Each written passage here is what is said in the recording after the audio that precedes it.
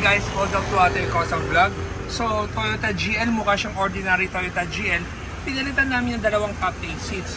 Itong captain seats na to, yung ginamit namin na fabric at saka leather ay pareho doon sa original Toyota GL. Ang problema lang, itong Toyota GL naka-seat cover. Pero sa loob ng seat cover na yan, ito ang itsura. Pero okay, that's yung unang customization. Ang pangalawang customization na ginawa namin dito, nilagyan namin ng PWD wheelchair lift. So, imagine nyo, pag bumili kayo ng wheelchair lift, gusto nyo yung upuan yung maging identical dito, which is ito yun, na-modify namin yung PWD wheelchair lift na naging identical. So, ito. How it works, ito siya, and then syempre may kasama siyang remote control na ito. Ang pipindutin lang ay ito.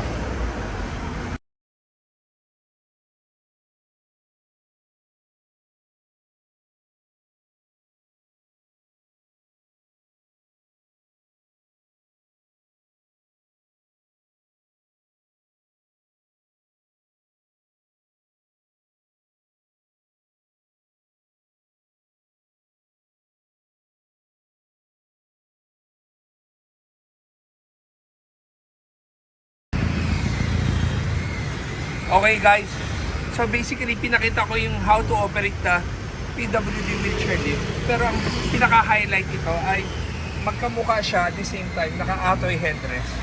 Pag mo siya yung lagyan, natitilt mo siya, sagad mo rin siya pababa. So, depende sa ano gusto mo galaw. Kaso bago pa siya kaya medyo matigas. Kailangan mo i-exercise pa. So guys, thank you for watching. Always remember, Jesus loves you. God bless.